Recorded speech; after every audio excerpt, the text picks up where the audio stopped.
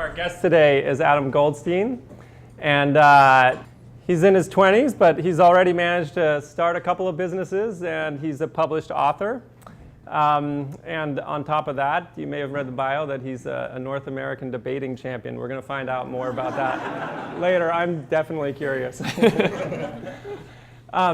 He's currently CEO of Hipmunk, and for those of you that have not checked out the Hipmunk site or haven't used it, it's a travel site, online shopping for flights and hotels. And just to give you a little bit of perspective, Hipmunk currently has 12 employees, and Expedia has, I think, 10,000.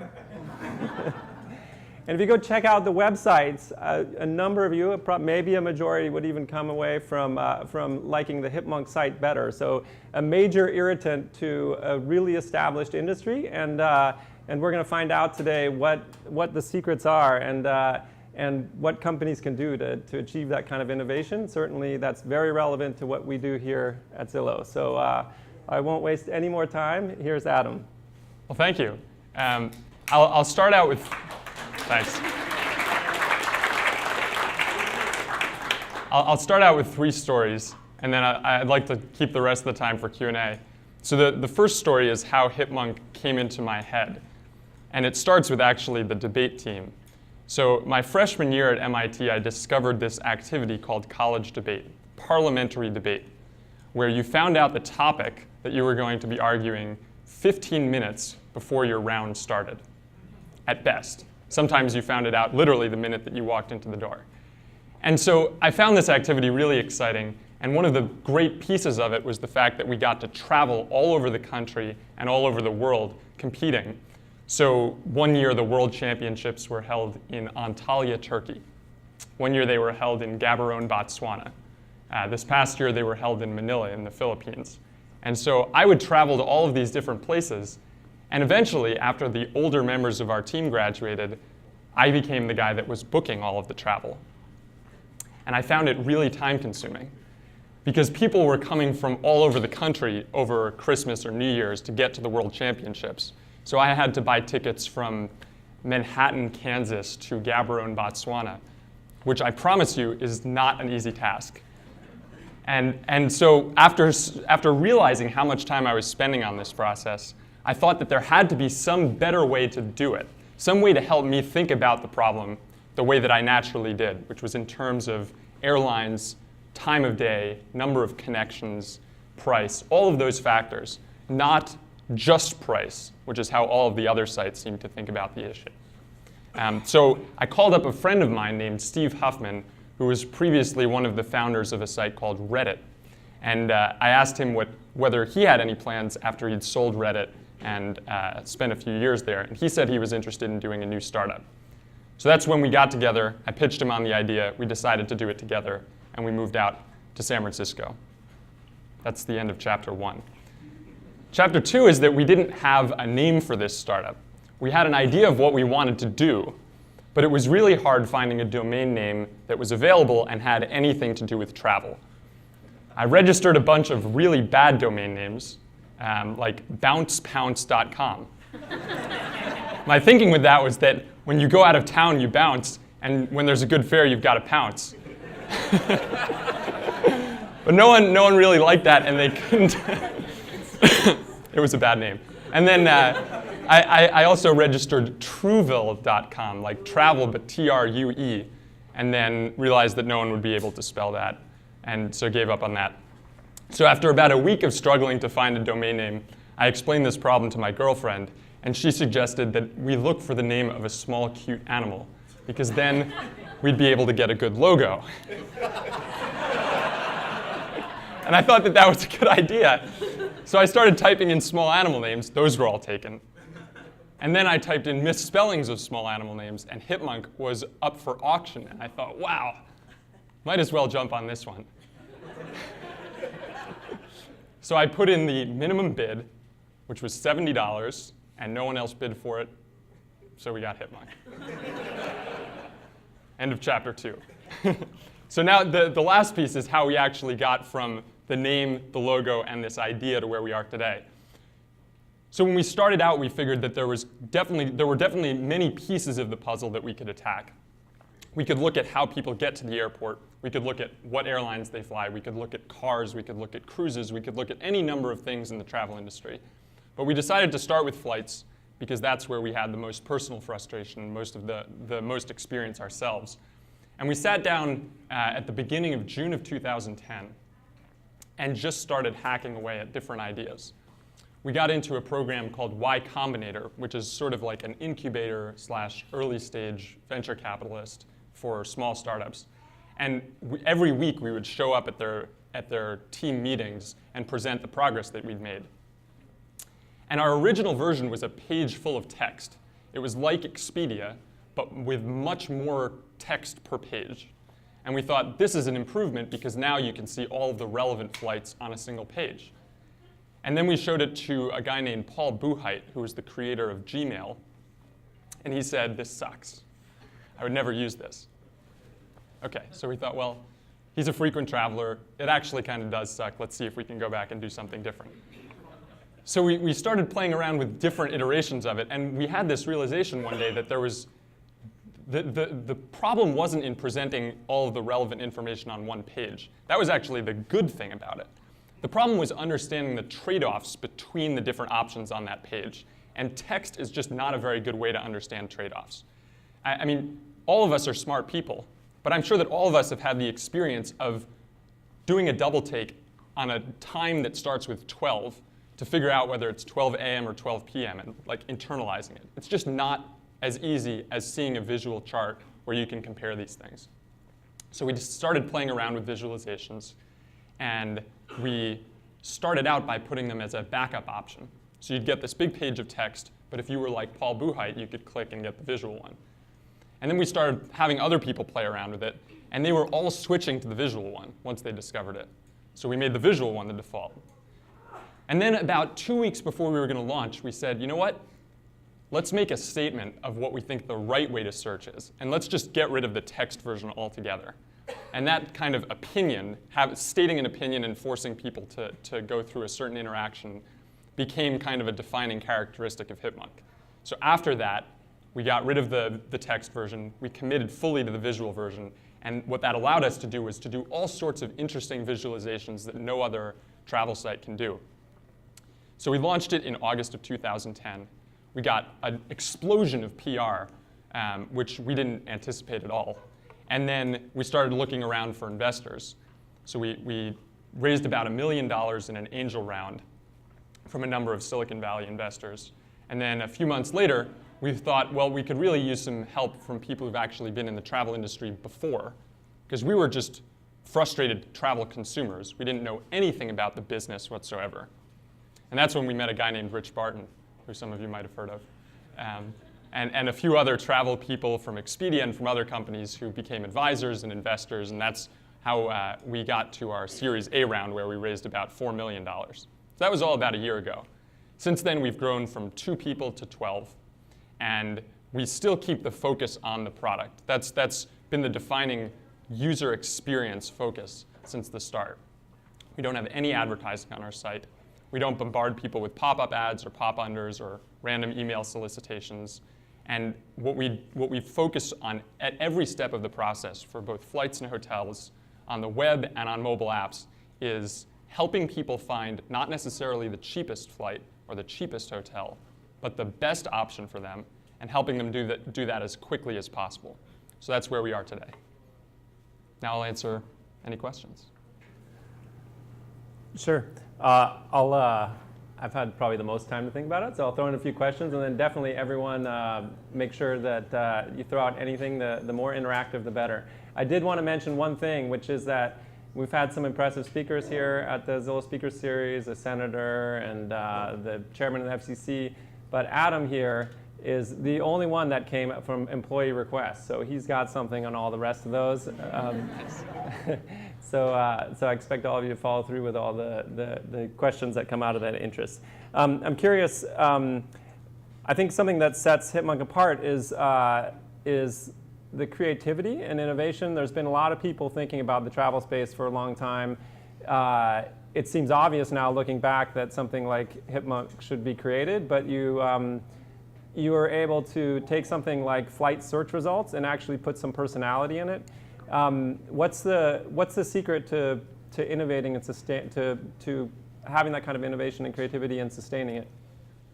Well, I credit two things. The first is that we are travel outsiders still.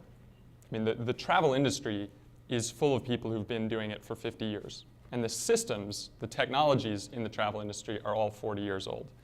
And so a lot of the innovation just comes from the fact that there haven't been people who are coming in from the outside in a long time to attack it. I mean, there have been waves. The first generation of online travel agencies were developed by people who didn't have that much experience in the travel industry. They came from the technology industry. And then there was the set like Kayak, which did have some travel industry expertise, but also had a technology focus. And then there was Hipmunk 5 years later. So these things seem to go in cycles. But the second thing that I think has helped us more than anything else is stating up front that we were building this product for ourselves. We wanted a tool that would help us find flights, help us find hotels. And so the goal wasn't, let's make something lucrative on day one. The goal wasn't, let's optimize the number of cents per click that we get on day one. And we still don't think about things that way. It was, let's build something that's useful, hope that people tell their friends about it. And then if we succeed in making something useful, we won't have to worry about milking every last penny out of every user, which is how all of the other travel sites have started to approach the problem. Related to that, I'm assuming that one of the things that makes your site unique and has gotten you a lot of PR is this sort by agony. And for those of you who haven't seen the site, the default sort on flight search results is agony instead of the usual price. Right. So generally, airlines don't like to be high on the agony list. Do you end up having to, you have this user focus, but on the other hand, you're trying to make money through commissions and you're trying to sign partnership deals. So there's obviously friction there. Yep. Where partners don't like to be labeled high on the agony scale and you want to be making money for them. So how do you end up balancing that? Well, so originally it was called suckage. Suckage. Nice. Yeah. We toned that one down. We actually think agony is more descriptive of the experience on airlines. And you know what? Airline people know that. It's actually not a surprise to them that their products are agonizing. Interestingly, not a single airline has ever complained about the word agony. And I think the reason for that is that they are tired of people searching based entirely on price. It's squeezed all of their margins. It's led to a lack of differentiation between them. I mean, rationally, if you have a job and you're making money, it doesn't make any sense that you would take 2 connections to save $10. Because just on expectation alone, the chance that one of those flights is going to be canceled and you're going to have to pay for a meal in an airport that costs more than $10, it just doesn't make any sense. But all of these sites have sort of anchored people to price, and that's something that the airlines are quite happy to see pushback on. The one time that any supplier pushed back on us was when we released our hotel feature. We had 3 categories of hotels. There was pricey, average, and cheap. And one of the major hotel chains said they didn't like the word cheap. Oh well. Does that mean you left it cheap? Yeah, we left it cheap. Standing by your principles. Okay. Moderator, look out in the crowd. You get the mic. Hey Adam, thanks for coming. Sure. So I know you were 9 years old or something at the time we launched Expedia, but that was not 40 years ago, pal. No. I'm not saying Expedia was built 40 years ago. I'm saying Expedia was built on technology like the GDSs, these ancient global distribution systems. By the guy sitting next to you, that guy there. You're right. There is a great big legacy in the travel technology industry. Yeah, and there hasn't been a lot of innovation in the years since we've left Expedia. And I applaud your vision. It's fantastic stuff. And you give it some personality and fun. I mean, you guys do a demo at Focusrite, and and your co-founder who's running the demo, you call him out, and he comes out in a full furry chipmunk suit, like off the Burning Man flyer or something. It's online. The video is online. Really good stuff. You guys bring fun to it. But my question actually is more serious, has to do with mobile. Yes. It seems like travel is the custom industry, the custom vertical built for immense amount of creativity and activity to be happening in mobile. What could be more social? What could be more local? What could be more mobile than travel? Right. Why haven't we seen anything very good? Have you seen the Hipmunk app? I'm running it. I just downloaded my new Android phone right now. Okay. Well, I think it's good. Go ahead. Go ahead. Yeah, No, I think that whenever there's a new technology or a new mode of interaction, the designers tend to bring their old mental models of the way that things should work to the new platform. And I think if you look at like the shift from offline to online and how the online document word processors and things like that looked like carbon copies of the offline ones, even though the fact that you were online enabled all of these new great interactions, it just sort of the same pattern that people fall into when they've been in just thinking the same way for a while. I think another thing is that mobile development requires a different set of skills. If you've got great engineers, it's not hard to shift them from web development to mobile development or vice versa. But if you've got people who are still programming in, I don't know, I'm not going to pick on any technology because this is Seattle and that, there are companies here that might be offended. But there are some old programming languages that encourage a certain way of thinking that just does not translate very well to mobile development. And so you need to either hire new people or retrain your existing people. That's a hard process, so it's not a huge surprise that the products end up being a little bit mushy. The last thing, though, is that I think people don't observe themselves using their own apps enough. Because if you have a few simple basic metrics, like how many clicks does it take to do this most common task, or how often do I accidentally click the wrong button, or things like that, you can solve a huge range of the usability problems that a lot of these apps have.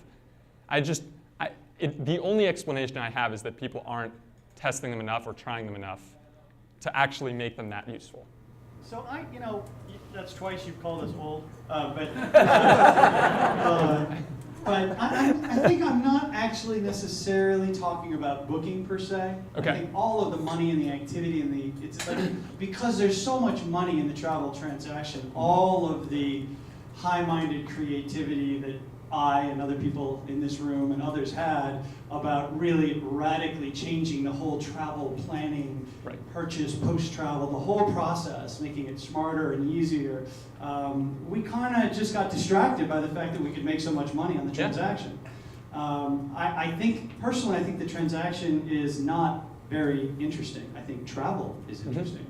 And I keep expecting, I think travel planning is fun, not the booking planning, the travel planning. Yep.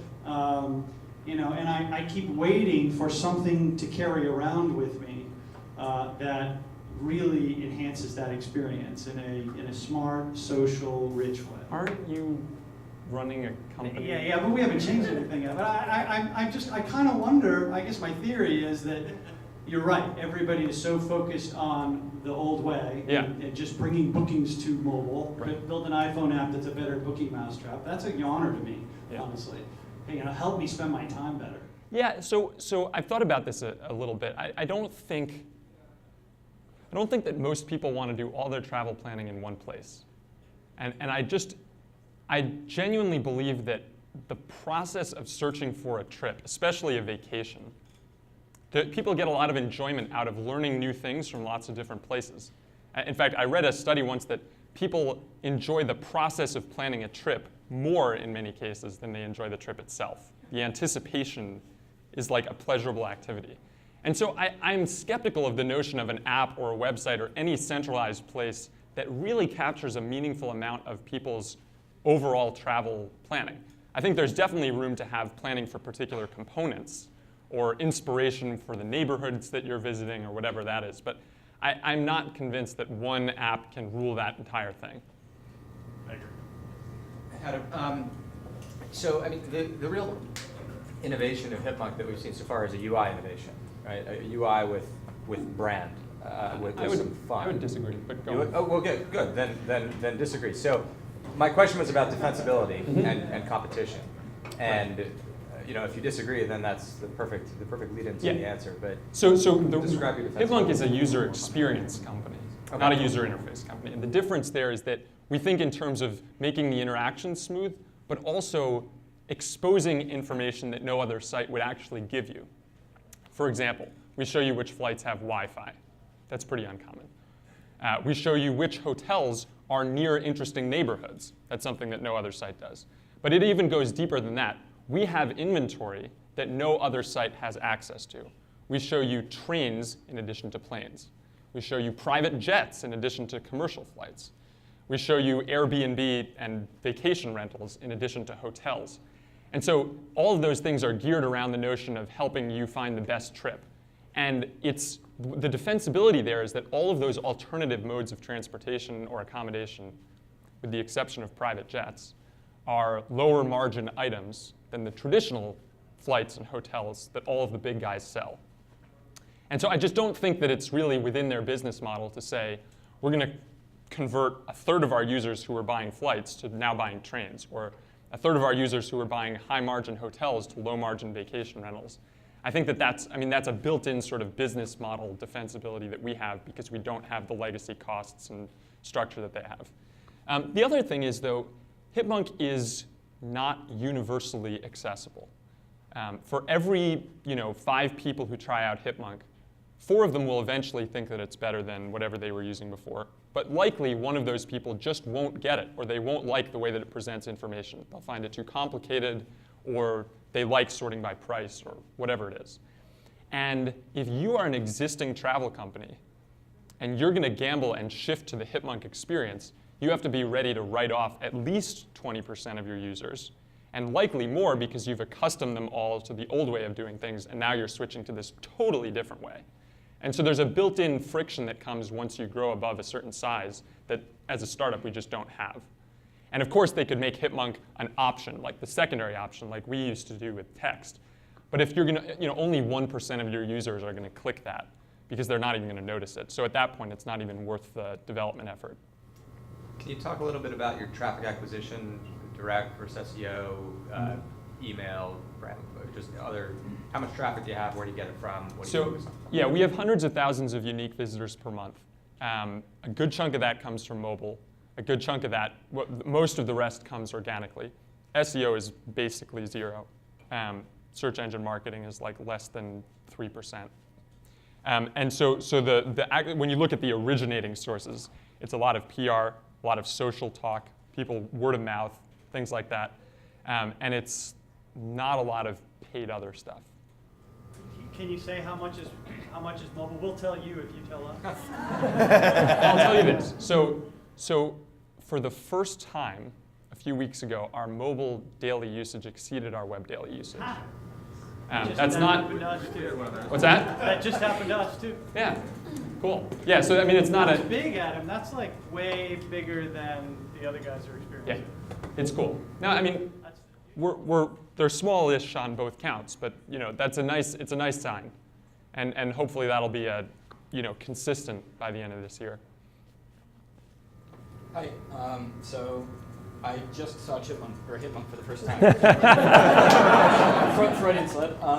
And it immediately reminded me of ITA's Matrix Yep. review. Are you familiar with that? And Yeah. can you comment on that? Are Yeah. they giving you flack? Is there any problem? No, we're customers of ITA. Okay. Yeah. So do they actually supply the data laid out in that format, and then No. you guys just okay? No. So ITA is now owned by Google. They're the new generation flight data provider. They power Google's flights, Hipmunk, Kayak, Orbitz, a bunch of other sites, and they've played around with visualizations before as well.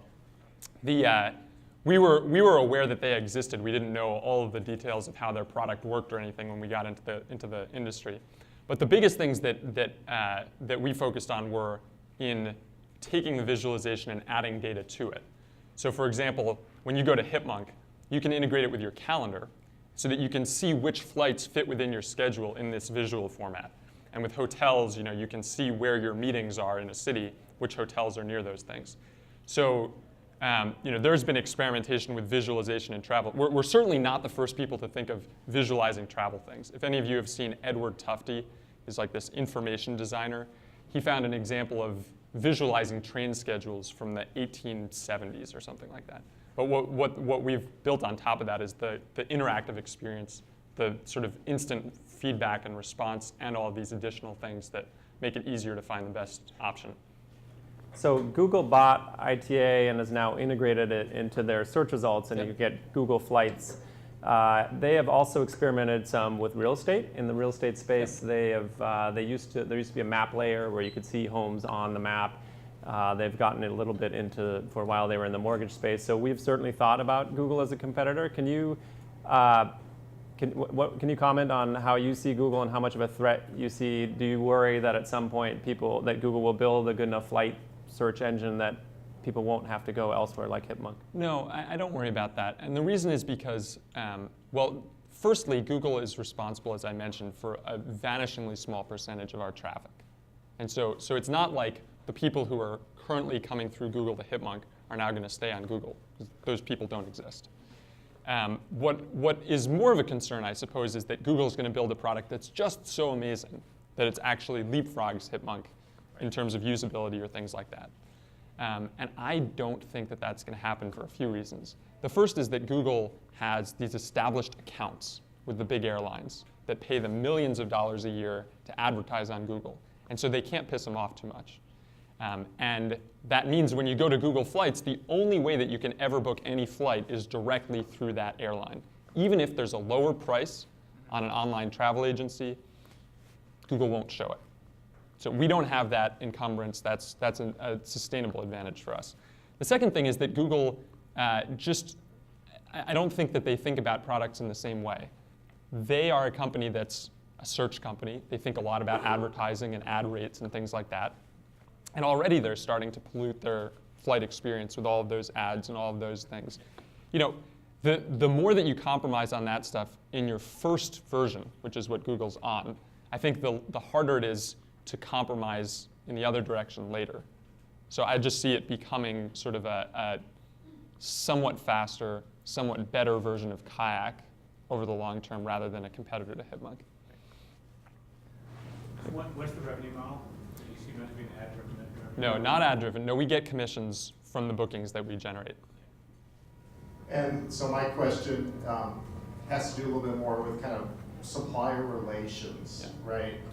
You're small, you build up a lot of users, and then at some point, are you concerned the airlines and hotels, which are no fun to deal with, that they're going to squeeze you, or how are your dealings going with them right now?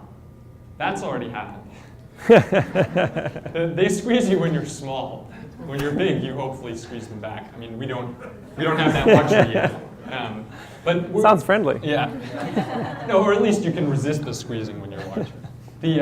The suppliers, in particular the airlines, are awful to deal with. Like, I understand that they don't make money, but they don't have to take it out on everyone else.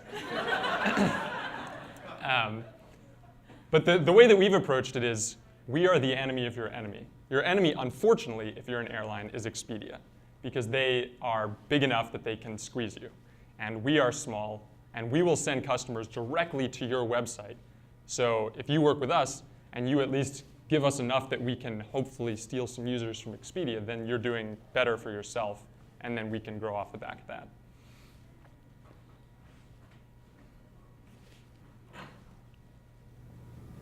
I know that Expedia and Kayak and Orbitz are spending millions of dollars on SEM and SEO.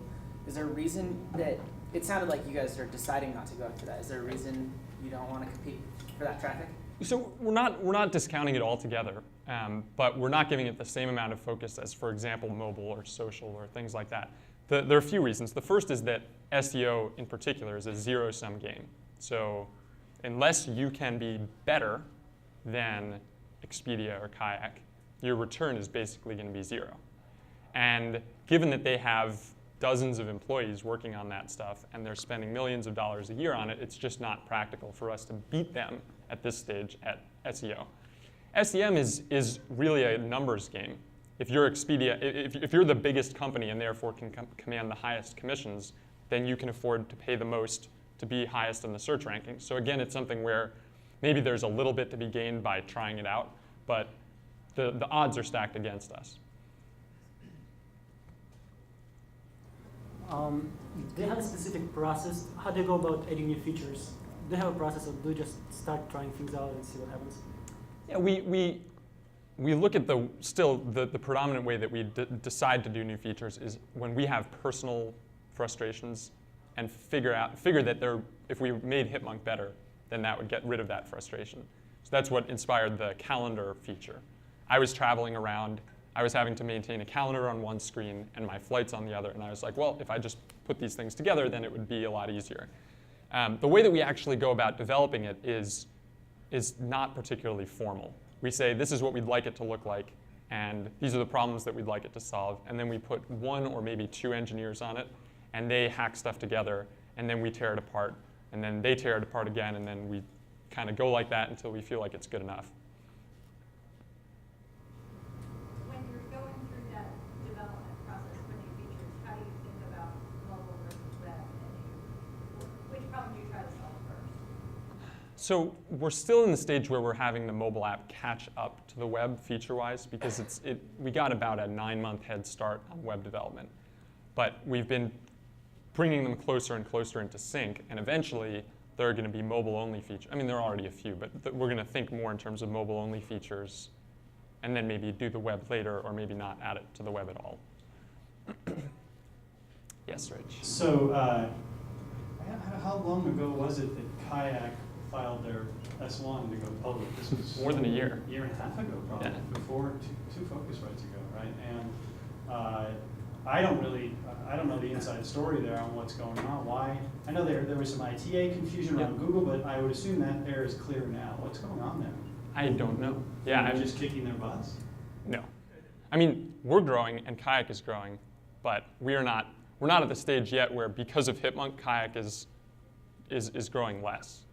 I do not know what the explanation is, other than general sort of market tepidness towards IPOs, especially towards companies that, at least on face, seem like they depend on Google for a lot of their business. I mean, Kayak's moved away a lot from that stuff once they've started doing TV advertising and that kind of thing, but I think people are just nervous that because they depend at all on Google for traffic, that their growth could be cut in half if Google decided to do something. I disagree, but I think that's sort of the general feeling, I think.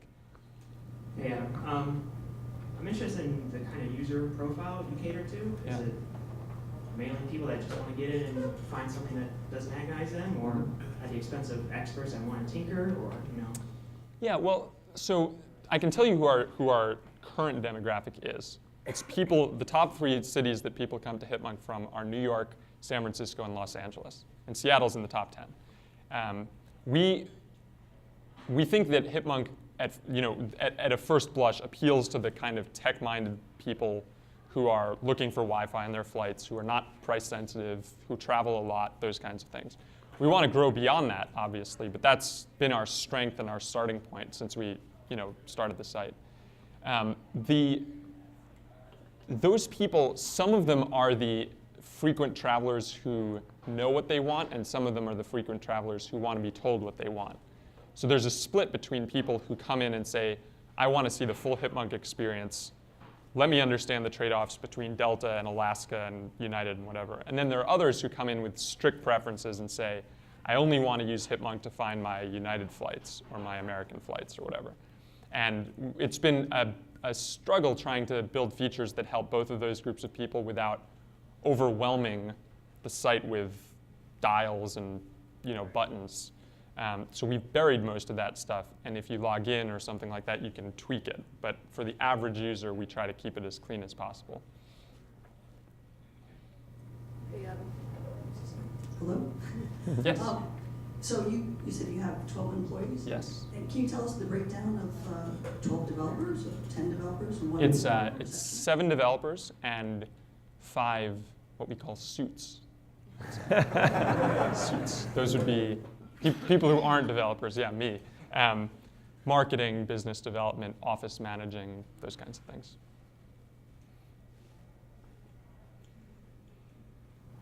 You said that PR and social media drove most of your traffic, at least up until now. Beyond the launch, which I'm sure got a lot of PR, as you said, what are you doing to maintain that level? Well, we try to do big pushes around new releases, whether those are, when we added hotels to our mobile app, we did demos to all sorts of app review sites and tech sites and things like that.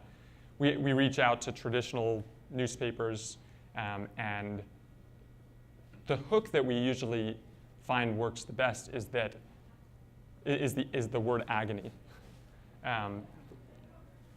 Some journalists are not very creative, and I can't tell you the number of times that I've seen the headline, "New travel site aims to take the agony out of searching for travel," which is awesome because that's our motto. So they just copy and paste that, and then that's a hook that they use to do a roundup of multiple travel sites or whatever. The nice thing about travel is that it's a seasonal activity, and there are certain times of year where when you need to write an article and you don't have any ideas, you can just jump on travel, whether it's holiday travel, spring break, summer vacation, whatever. So there's certain times of year where people like to write about this, and if you just hit those reporters at the right time, you can often get included in those pieces. Not that any of you would care, but you can also sort hotels by vice. Yes. So that falls along the same lines. That's a good segue. I wanted to ask you a bit about the hotel, adding hotels to your site, and maybe the experience with that. You mentioned kind of wanting to focus on going out with an opinion and not sort of having a tab that 1% wouldn't see. I've noticed last time I was on there that it's kind of a conventional way of, you can choose a flight or you can choose a hotel. Can you speak a bit about that a little bit and how it's performed up until this point? So specifically around the hotels, and integrating that with this thing that everybody knows Hipmunk for, that knows about Hipmunk, is this great sort of schedule grid. Yeah, well, hotels came second, and they're still smaller than flights, which is a shame from a business perspective because hotels turn out to be far more lucrative. But that's okay. I mean, most travel sites, most people are searching for flights, and then if some of them discover hotels, then that's great. The way that we approached hotels was a similar overall mindset, but the problem that we faced there was that there's so many more dimensions that people think about when they're deciding on a hotel. In addition to brand loyalty, price, and I guess the equivalent to time in flights would be location in hotels. There are all these other things like user reviews, type of room, neighborhood, and so we had to be very selective in which of these dimensions we tried to answer. So in our first version of hotels, we tried to answer the question of, let me find the best hotel in the best neighborhood.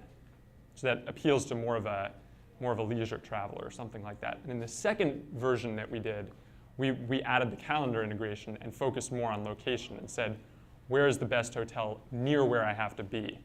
So those are the two ways that we've tried to answer the question. But there are other sites like Room 77 is trying to answer the question of which hotel has the best room for me? And then there are other sites that are trying to answer the question of which hotel has the best price for me, and whatever. So we can't answer all those. We picked two and sticking to that.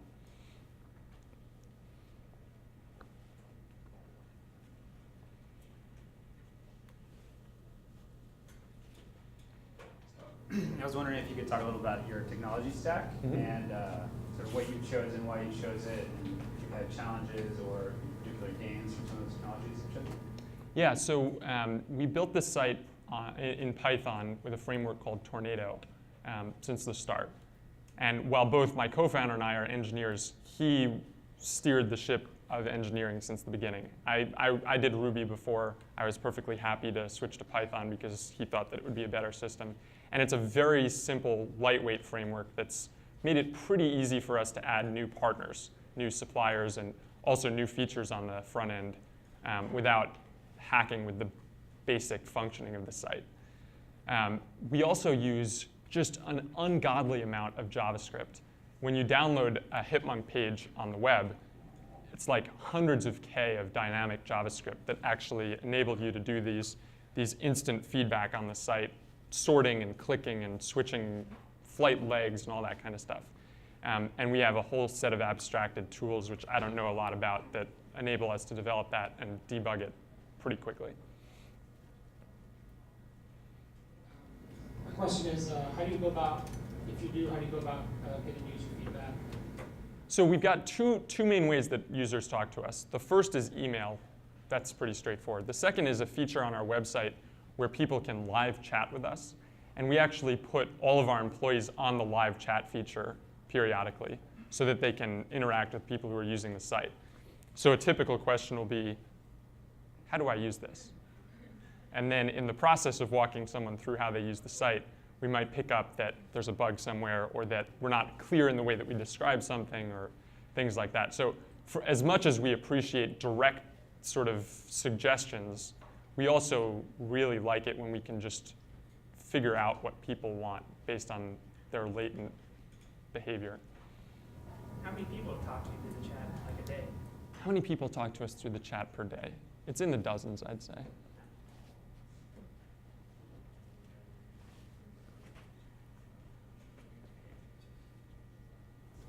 Hi.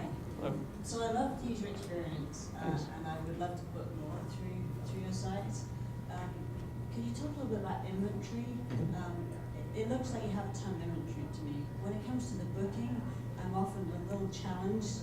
I don't know if it's because I'm looking at crazy destinations like you, but the only choices I get to book are on things I've never heard of, but I'm getting pretty familiar with because I use your site. Getaway ASAP, and I can't even remember the other names. And I feel a little dodgy about them, especially having looked up a little bit online. There seem to be a lot of negative comments. So can you talk a bit about the inventory and supply issues? Yeah, so that's something that we always struggle with. Is, you can, if you look hard enough, you can find cheaper prices than published if you're willing to go through one of these consolidators or third parties, these little specialized shops that just aggregate really cheap tickets or cheap hotels. And the trade-off is that the customer experience might not be as good, but you're saving like $500. And our thinking on that is, well, actually, that's not so different than the experience that you have when you choose to buy a flight. And I'm not going to name airlines, but there are many instances in which you can save hundreds of dollars by flying a much worse airline. That's, we can probably do more to highlight those risks or to let you know what you're actually getting, like the fact that you're not going to get frequent flyer miles most of the time when you book through one of those sites, for example. But we felt like just to get going, we wanted to be able to be price competitive with everyone else on the web. And sometimes that means that you're not going to have the smoothest experience once you leave Hipmunk, but if that's something that happens on an ongoing basis, we monitor that stuff and then cut people off.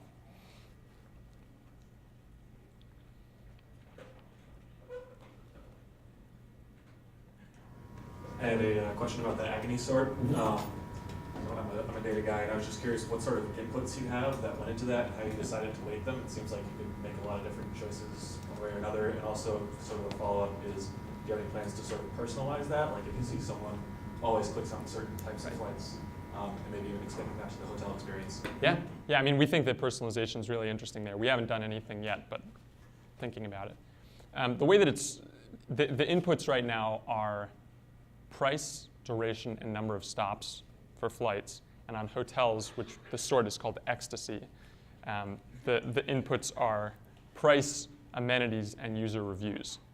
And it's sort of like, I'll talk about it at a high level because the specifics are like our secret sauce, But at a high level, we look at the price, we look at the duration. We say, if you could save, call it $50, but you'd have to take a flight that's an hour longer, that's probably a roughly equal trade-off for our average user. And if it's more or less in one of those directions, then it'll move up or down the ranking accordingly. In the mobile space, how do you, I'm here, how do you make trade-offs between, say, Android versus iPhone versus iPad versus, say, a mobilely optimized website? And then how do you, or do you do anything to try to leverage code across multiple different disparate platforms? So we started with iPhone because it was the biggest, and then we added Android, and now those are in sync. So we do simultaneous development on both of those.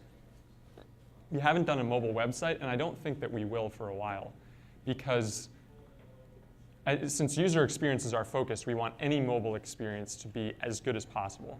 And unfortunately, mobile web just can't do some of the things that mobile apps can do. Like, if you shut off your phone and start it up again, you're going to have to wait for the page to reload. That, to us, is one of those just incredibly frustrating experiences that we don't want someone to have when they use Hipmunk. So app development has been our focus, and the way that we approach it is worry less about code reuse than about the experience. So if there's something that our iPhone developer did that's really cool, and you can use that on Android, great. But in order to replicate that functionality or to make it seem more Android native, if you need to just go off and do something new, then do that. We don't, I mean, I think I've said this a few times. The goal is always user experience. Everything else is secondary to that. So if you can reuse code or not, that's sort of just an implementation detail.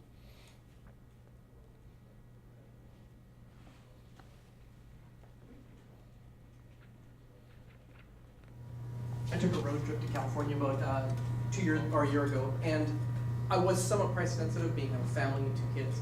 And I found it was really hard, like looking at user reviews of hotels, because we were like 2 nights in one city and then moving on. And various Yahoo had reviews, Google had reviews, and TripAdvisor, and you get different opinions. And it didn't always seem to matter if you spent 100, 120, 80, depending on the city. You might got 3-star, 4-star, or 2-star. Sometimes you got a dive, and it was hard to look at all the reviews and piece it together. I mean, it's easy if you want to fork up $200, like right. If you want to go luxury. But do you have an answer for a little bit of agony? You know? Yeah. Well, so that was an experience that we noticed, and that's why we got rid of the traditional star rankings for hotels. So there's this company that goes around and reviews hotels and says, you're a 4-star hotel, you're a 3-star hotel. And then there are all the copycats that do diamonds and all those sorts of things. And we said, you know what, that's just not a meaningful representation of the experience you're likely to have. And we didn't do that based on any market research, but just based on the fact that we'd been at a bunch of 4-star hotels that seemed like 2.5-star hotels, and 3-star hotels that seemed like 5-star hotels in terms of service and value and all sorts of those things. So instead, we looked to user reviews, and we pulled data from TripAdvisor because they just have the biggest data set. And our feeling was that if you can average over a sufficiently large amount of data, then while individual reviews might be weird anomalies, you can get a pretty good overall sense for what a hotel is like. But the root problem with reviews is that on a single dimension, people have different opinions about what they're reviewing. Some people are giving a star value or a review based on their perceived value for the dollar. Some people are giving a review based on their perceived experience independent of price. Some people are in some cases, they're giving a higher review to compensate for the fact that they saw a lower review and thought that was unnecessarily punitive. So there are all sorts of weird dynamics there. And there are a couple of companies that have attacked that. The most interesting one I've heard of is called GoGoBot. And they're trying to do it based on what your friends specifically say. So soliciting reviews not from random people, but specifically the people that you know. And then you have, I guess, a little more confidence that their metric is similar to yours. But that's still an open problem as far as I'm concerned. Hey, how important and what are the major benefits of the Chipmunk mascot? Is it too late for a company like ours to have a Godzilla mascot? Godzilla, no. There we go. That would be awesome. That would be awesome.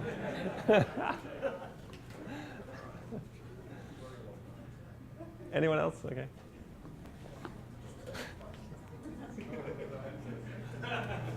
So do you have any plans to get more involved in the transaction instead of just having it go off to a separate website?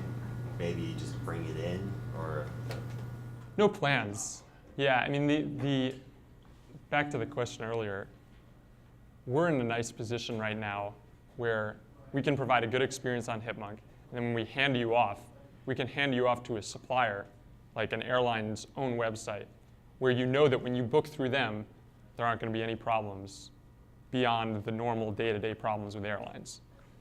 So when you book through a travel agent and you need to change your plans, you have to pay a change fee on top of the airline's change fee.